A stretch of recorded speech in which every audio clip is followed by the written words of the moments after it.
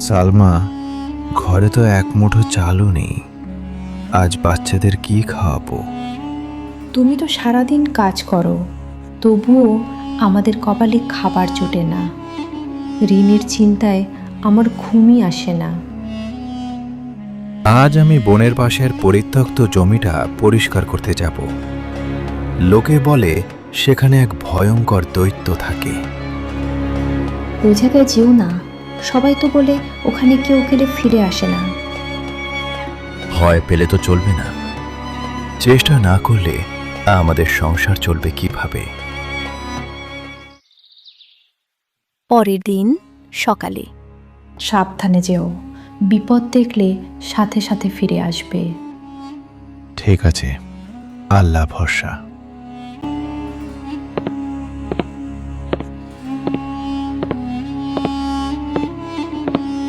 মনে সাহস আর বাচ্চাদের কথা চিন্তা করে জঙ্গলের দিকে রওনা দিল।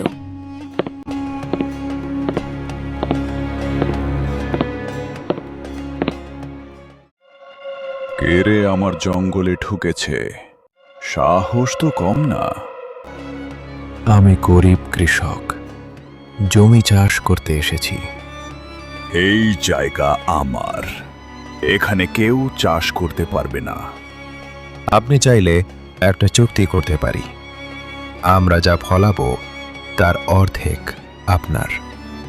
অর্ধেক আমার? হ্যাঁ, আপনি কোনো পরিশ্রম না করেই খাবার পাবেন। ঠিক আছে, একবার ফসলের উপরের অংশ আমার, আরেকবার নিচের অংশ আমার। ঠিক আছে, প্রথমবার উপরের অংশ আপনার। দৈত্য ভাই, ফসল কাটা হয়ে গেছে। দেখুন, আমি বাদাম লাগিয়েছিলাম। তাহলে উপরের অংশ আমার। ঠিকই বলেছেন, এই পাতাগুলো আপনার। আরে, এগুলো দিয়ে আমি কি করব? পরের বার আপনি চাইলে নিচের অংশ নিতে পারেন। ঠিক আছে, এবার আমি নিচের অংশ নেব। এবার আমি ভুট্টা লাগিয়েছি। তাহলে নিচের অংশ আমার। ঠিক আছে, এই শিকড়গুলো আপনার। আবার আমাকে ঠকালি। এই কৃষক, তুই আমাকে বারবার ঠকাচ্ছিস। এবার তোকে আমি খাবো। রাগ করবেন না, একটা প্রতিযোগিতা করি। কেমন প্রতিযোগিতা? দৌড় প্রতিযোগিতা। আপনি যদি আমাকে হারাতে পারেন তাহলে আমি আপনার খাবার হব। তুই আমাকে হারাবি? আগে আমার ছোট ভাইয়ের সাথে দৌড়ান। কোথায় তোর ভাই? ওই যে ঝোপের পাশে বসে আছে।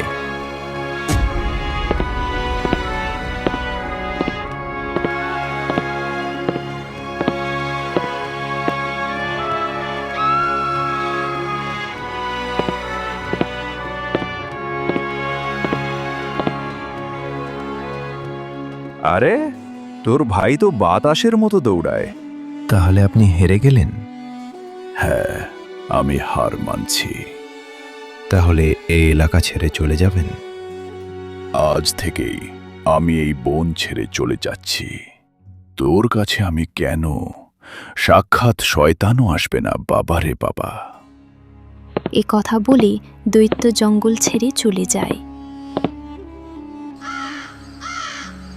তুমি সত্যি অসাধারণ বুদ্ধি দেখিয়েছ। বুদ্ধি আর সাহস থাকলে বড় শক্তিকেও হারানো যায়। তাদের ঘরে আর কোনো অভাব থাকে না। নতুন বাড়ি করে তারা আনন্দে দিন কাটায়।